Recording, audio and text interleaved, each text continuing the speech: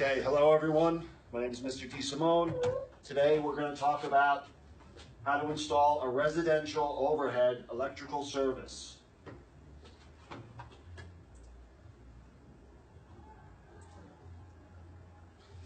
Why does a home need an electrical service?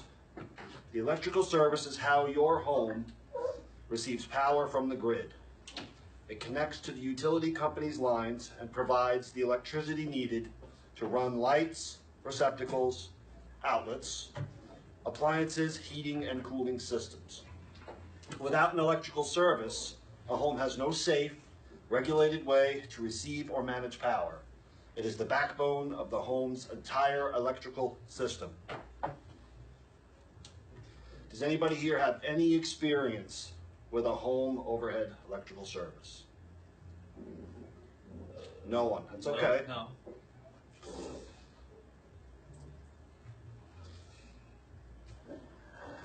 So here we're gonna show the difference between an overhead service and an underground service. Some electrical services are fed by overhead wires, which is called triplex, from the telephone pole at the street. Others are fed by wires buried underground. These wires could be in conduit or direct burial wires, which means the wires go straight into the dirt and you just bury them. They're designed that way.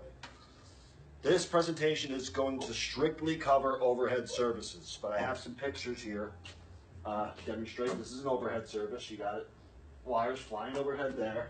And then here, you got your underground service. You got your meter here. You got a pipe coming in from the street, from the pole, going into your meter, and then you have a pipe going out towards that house that's being built.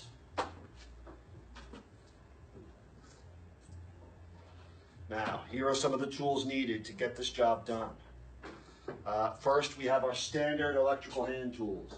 All you guys have these. Any electrician should have all of these tools, and you're going to need most of them. Next, we have our ratchet cutters right here. This is for cutting very large conductors, so you're going to need these whenever you're doing a service, especially for a house. The conductors can get pretty big, so you know your regular linemen's here or your diagonals are not going to be enough to cut those wires. Reciprocating saw, right here. You're going to use this for cutting conduit and anything else. That, maybe there's some wood or sometimes it's just something that you need. Got to have it on hand. Your drill and your impact driver both do different things. The impact driver is mainly for screws, and your drill is mainly for drilling holes and whatnot. Now we have our ratchet and socket set. You mainly need this inside your meter pan. The meter pan has terminals that take standard sockets, so you got to have that on hand. Your extension ladder, got to get up top. Electrical, an overhead service is usually at least 12 feet high, so you're going to have to get up there. This is a 30-foot extension ladder when it's extended all the way. And we have our lump hammer. We're going to get into that in a little bit. You need this for driving in your ground rod.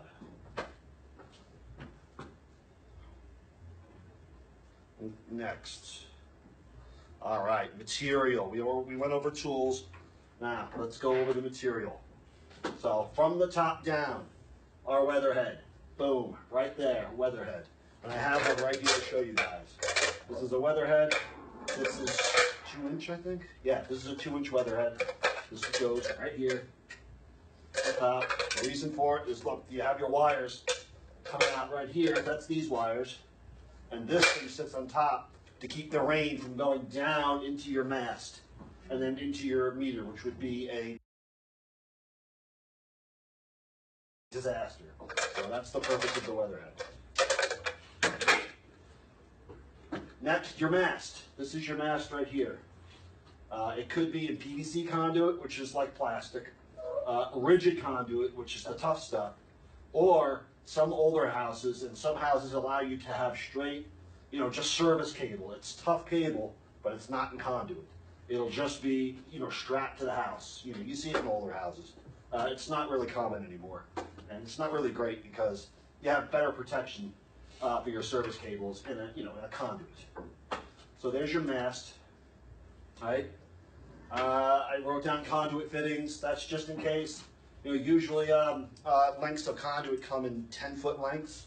So let's say this is 15 feet right here. You're going to have to, cut one in half and then connect them together using a coupling and whatnot. Sometimes your service isn't straight. Sometimes there's an obstacle. Sometimes you have to go up and then turn a little bit, so you'll need other fittings to do that. Strap.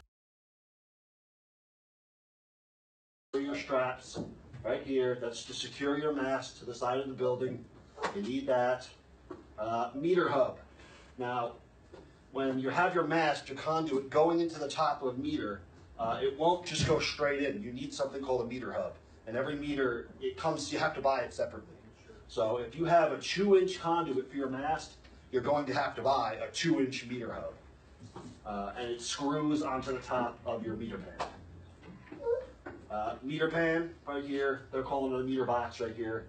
This is a meter pan. This is where you make your connections from behind your electric meter, which the electric company uses to see how much electricity you're using.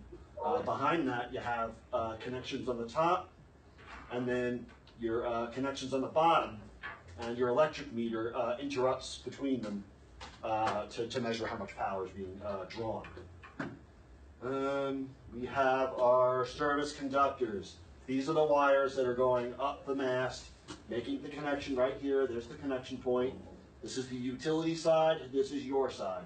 And by the way, just so you guys know, as an electrician, this is all you're responsible for everything. Pat, see this line? This is everything you're responsible for. The utility company is responsible for this side. You're not responsible for this, none of it. Okay? You are responsible for making these connections, but if this wire has happened to be damaged, you're going to have to call the utility company to repair it. It's not on you. And vice versa, the utility company, sometimes a customer will have a problem with their electricity, and the utility company will come and they'll look, and the problem will be on this side. Let's say one of these wires is damaged. Something happened. They'll say you have to call an electrician.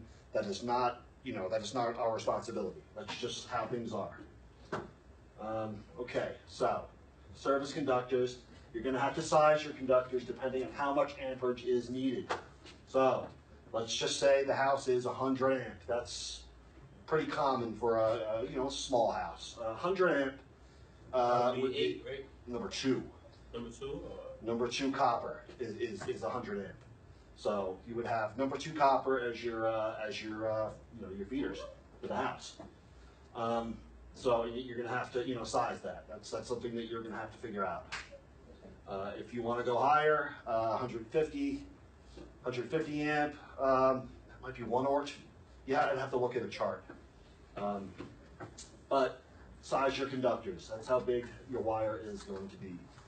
Hardware.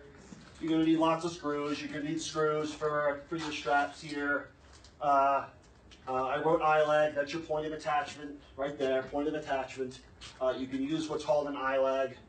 It's basically just like it's an eye hook that screws into the house.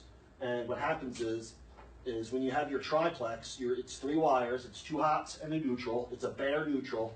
And then you take that bare neutral and you wrap it around your point of attachment. And that's what's holding it up. And we went over this before, that your point of attachment here has to be below the weatherhead, always. It can't be above. This cannot be up here. That is against the rules. It has to be below. Now, I wrote down electrical tape. You're going to need that for marking your for wires.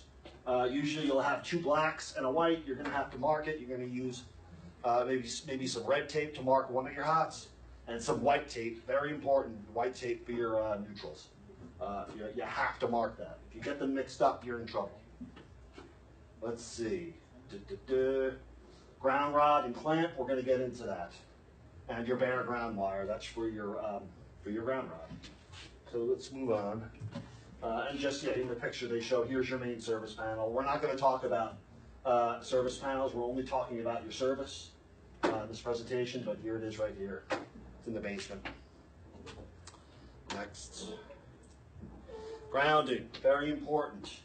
Grounding serves 2 main purposes. Safety, provides a path for fault current to return to the source so breakers or fuses can trip quickly. Stabilization keeps the electrical system at earth potential to reduce voltage surges from lighting or line contact.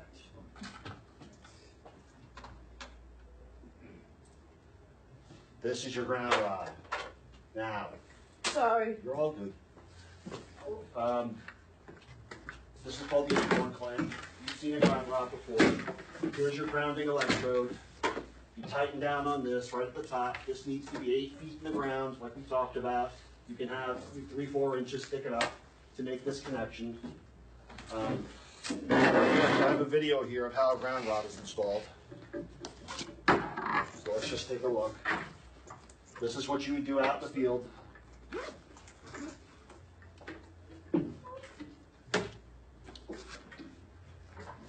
And this guy's lucky. There's no rocks or anything in the ground. No obstructions. How would you take care of that? You got to put it in a different spot usually. Sometimes you'll hit a rock, and then it's like you got to pull it out of the ground and find a new spot where there isn't a rock. Wow. Look, and then he's making his connection. Tighten it up good. And see, this is bare copper. It just gets buried in the ground. There we go. And then here's just a picture of, here's your bare copper, your grounding electrode. It's going to your ground rod. So, there you go.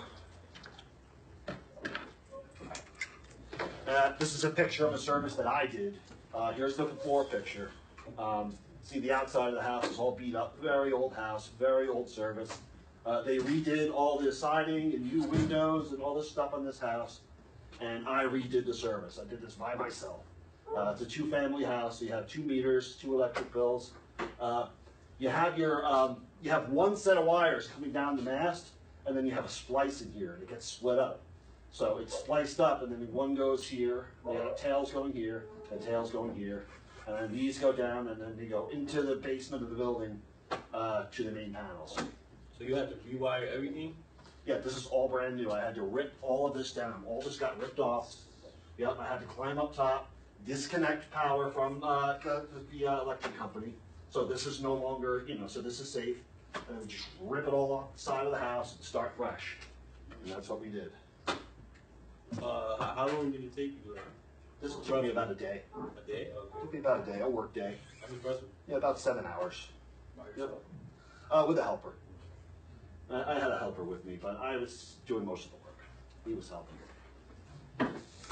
And that's it. So, to summarize, you just saw it all. That's everything that is involved in a home service installation. This is an overhead installation, like I said. Some places have underground. That's a whole other topic. Does anybody else have any other questions? In what situation would you use an underground instead of an overhead? Well, sometimes people don't want those overhead wires because, a tree branch, a storm will happen. A tree branch knocks those overhead wires down and now your power's out. Right. So to avoid that, you can have underground. And it's a more expensive installation. Okay. So It would also be harder to take care of any maintenance issues, right? it would, yeah. If something were to go wrong and it's underground, yes, absolutely. But Take it out. and I might have to dig it up. I've had to do it before. But Yeah. yep, that's the main reason why you would have underground. So these places that have a telephone pole, we could request underground wires, or? Yes, you can just as the electrician, as a licensed electrician, you will contact the utility company and talk about what you're doing and schedule for them to come and do their hookup. But what you'll do is, I'll go back to this picture, and so this is coming from the pole, this pipe here, and what will happen is it'll go out to the pole and it'll go underground. Let's say it's going this way, underground, and it'll go, let's say the pole is right here, it'll go up the pole, and you have this stuff called U-guard. It's not conduit, it's called U-guard, and you put it, you yourself, you can put 10 feet of it up. That's all you're responsible for. And you'll have your service wires going up the pole behind this U-guard, and then you leave it hanging there for the utility company to come along and make the connection. They'll finish the job and hook it up. The U-board, is it plastic or? It's sort of plastic. It's like vinyl. It's sort of like PVC. Yeah. Any other questions? That's it. All right, guys. That's it. There we go. Hey, Thank you. You got it. Thank you.